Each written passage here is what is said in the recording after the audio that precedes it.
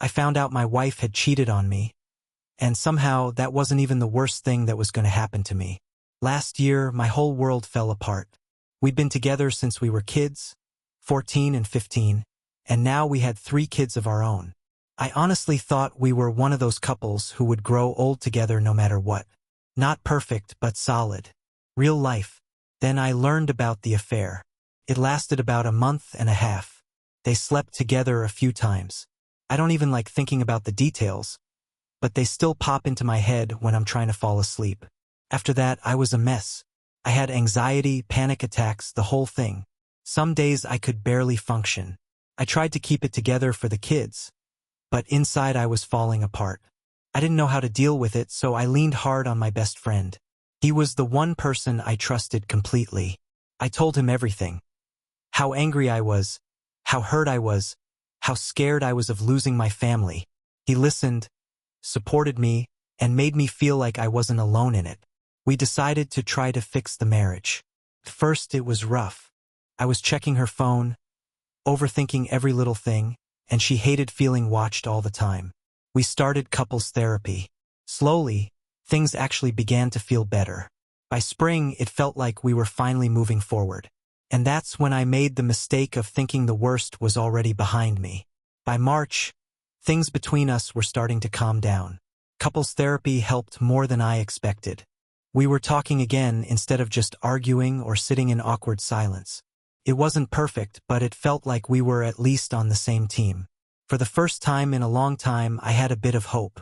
By May, our relationship was honestly better than it had been in years. We were laughing again, actually enjoying each other's company. We'd stay up late watching dumb shows, joking around like we used to. We went out more as a family. The house felt lighter. Even the kids seemed more relaxed, like they could sense the tension was finally gone. The summer was good.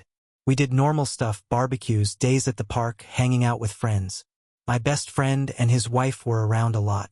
Our kids played together, we'd grill in the backyard, drink a few beers, complain about work. From the outside, we probably looked like a normal, happy group of families. And for a while, I let myself believe we were. Then her job changed. She took a new position that came with more stress and longer hours. At first, I tried to be understanding. I knew work could drain you, but I started to feel her pulling away. She was tired all the time, quieter, on her phone more, less present when we were together. Not long after that, she quit her individual therapy. Then she started pushing me to stop couples therapy too. Said she was over it, and that digging into things all the time just made her feel worse. That didn't sit right with me, but I didn't want to start another war. I was scared that pushing too hard would just drive her away. So I swallowed a lot of my worries. And that silence, that's where things really started to go wrong. By the fall, I couldn't ignore the feeling anymore. Something was off. It wasn't just stress from her job. It felt like she had already checked out emotionally. She was there physically, but not really with me. Conversations were short. She stopped asking how my day was. We started feeling like roommates again. I kept telling myself I was being paranoid because of what happened last year, that this was just my trauma talking. I didn't want to become that guy who sees betrayal in every shadow. But my gut wouldn't shut up. In November, I finally confronted her. I didn't yell. I didn't accuse. I just told her how distant she felt and how scared I was that we were drifting apart again. She went quiet for a long time. Then she said she wasn't happy anymore, that she wanted out, that she wanted to be alone. Felt like someone punched me in the chest. Even though I had felt it coming, hearing the words out loud still wrecked me. I asked her straight up if there was someone else. She said no. She said she just didn't know who she was anymore and needed space to figure it out. From the very beginning, I had one clear boundary. I told her, if you want to leave, just say so. We can end things. But please don't cheat again. She agreed, looked me in the eye and promised me that if she ever wanted someone else, she'd be honest and we'd be done. We decided to separate after New Year's so the kids could have a normal holiday season. As messed up as things were between us, we both wanted to protect them from more chaos. Outwardly, we were calm about it. Inside, I was already grieving my marriage, and I still didn't know how close I was to losing a lot more than just my wife. The holidays were strange, but good, in a way. We were still living in the same house, but the pressure was off. No pretending everything was fine. No fighting about little stuff. We focused on the kids. We cooked together, wrapped presents, watched movies on the couch. For a moment, it almost felt peaceful. Christmas was actually great. The kids were happy, the house was full of noise and chaos, and for a few days I forgot about what was coming after New Year's. We laughed. We took pictures. We acted like a normal family. Part of me hated that it felt so good, because it made the idea of separation hurt even more. We talked about what the separation would look like. She said she didn't want a divorce. She didn't know what she wanted. She'd never been alone before and felt like she needed to figure out who she was without being someone's wife all the time. I asked her directly if this trial separation meant seeing other people. I needed to hear it clearly. She said no, that this wasn't about dating or sleeping around. It was about being alone and finding herself.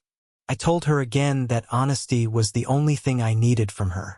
She agreed. Once we kind of settled into that idea, things between us got lighter. We were being good co-parents. We joked around more. There was this weird, almost friendly vibe between us. Like the tension had finally left the room. At the same time, I noticed little things that didn't sit right with me. She started guarding her phone again. I told myself I was reading too much into it. New Year's Eve came and I went to bed thinking maybe, just maybe, this separation wouldn't be as messy as I feared. I had no idea I was about to wake up into the worst morning of my life. She woke me up early that morning and told me she was going into work about an hour and a half early. It was still dark outside. I was half asleep and didn't think much of it at first. She grabbed her stuff, said a quick goodbye to the kids who were still sleeping, and walked out the door around 5:40 a.m. I just laid there staring at the ceiling. Something about it felt off, but I didn't want to jump to conclusions. We weren't even really together anymore. She didn't know me every detail of her life. A few minutes later, her alarm went off in the other room. That's when my stomach dropped. I thought maybe she forgot her phone. Then I checked her location, trying to calm myself down before I spiraled. It showed her at home. I figured the app was glitching. It had done that before. I didn't want to freak out over nothing, so I decided to call her work. I told myself I was just being practical, making sure she actually got there. The phone rang. No answer. Now my heart was beating faster. I threw on some clothes and drove over there. It was only a few minutes away. When I pulled into the parking lot around 6:05, her car was there. For a second, I felt relieved. Then my brain went to the worst place. I thought, maybe she left her phone in the car and took a ride with someone else. I got out and walked toward her car. I looked inside. No phone. That's when I noticed a black truck parked a little ways away. The windows were fogged up. My chest tightened. My hands went cold. Every part of me knew something was wrong, even before I took a step toward that truck. I pulled out my phone and hit record, and then I walked up to the driver's side door. I didn't think. I just grabbed the handle and yanked the door open. For half a second, my brain couldn't even process what I was seeing. My wife was there, yes, but the man sitting next to her wasn't the guy from last year. It was my best friend. The same guy who had sat with me on my back porch while I drank myself into a numb little hole. The same guy who picked up my late-night calls when I couldn't breathe and felt like my chest was going to explode. The guy who told me I deserved better and that I'd get through this. My vision went blurry. My ears were ringing. It felt like all the air got sucked out of my lungs at once. I remember saying his name, but it came out sounding wrong. Like my mouth didn't know how to say it anymore. Neither of them said anything at first. They just stared at me, caught, exposed. I felt this wave of rage hit me so hard it scared me. My body moved before my brain caught up. I swung at him and my fist connected with his face. He stumbled back in the seat, swearing, holding his nose. My wife screamed. People started looking over. Someone yelled something. I didn't care. I couldn't hear anything but my own heartbeat pounding in my head. I backed away from the truck, shaking, laughing and crying at the same time because my brain just broke in that moment. It felt unreal, like I was watching someone else's life on a screen. I told them both to get out of my life. I don't even remember the exact words. I just remember how empty I felt when I finally turned around and walked away. I drove home in silence, gripping the steering wheel so hard my hands hurt. And when I walked back into the house, I realized nothing in my life was the same anymore. The house felt too quiet when I got back. The kids were still asleep. Everything looked normal, and that somehow made it worse. Like the world didn't get the memo that my life had just blown up. I sat on the edge of the bed and just stared at the floor. My hands were still shaking. I kept replaying the scene in my head on a loop. The fogged-up windows, his stupid shocked face, her silence. It didn't feel real. I honestly kept expecting to wake up and realize it was some messed-up dream. But it wasn't. A little later, my phone started blowing up. Missed calls, texts, from both of them. I didn't answer. Couldn't. I didn't want to hear excuses. I didn't want to hear it just happened, or we didn't plan it, or any of the other garbage people say when they get caught doing something they know is wrong. I called his wife. That was one of the hardest calls I've ever made. My voice was shaking, and I didn't know how to say it without sounding insane. I just told her the truth. Where I found them. Who I found them with. Then I shut up and let the silence sit there while she processed it. She didn't scream. She didn't cry on the phone. She just went quiet for a long time. Then she said she needed to go. That was it. The line went dead. I don't blame her. If I were in her place, I wouldn't want to hear another word either. After that, everything moved fast. We stopped really talking unless it was about the kids. Short texts, pick-up times, drop-offs. That was it. No emotions. No, how are you? Just logistics. My so-called best friend tried to reach out once after that. I didn't respond. The next time I saw him, I didn't say a word either.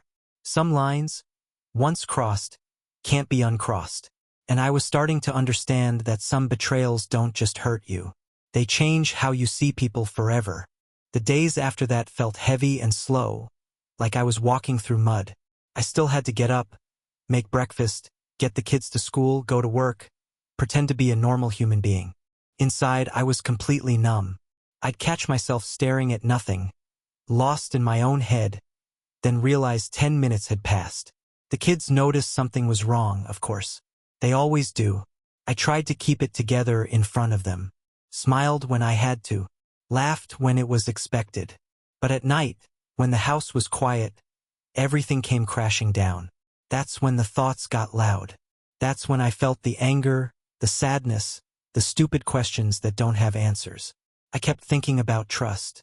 How easy it is to say you trust someone, and how hard it is to rebuild that once it's gone. I trusted my wife for over 20 years. I trusted my best friend with my lowest moments. And somehow they both chose to throw that away. People started picking sides without even asking me what I wanted. Some friends went quiet. Some acted awkward around me, like betrayal was contagious.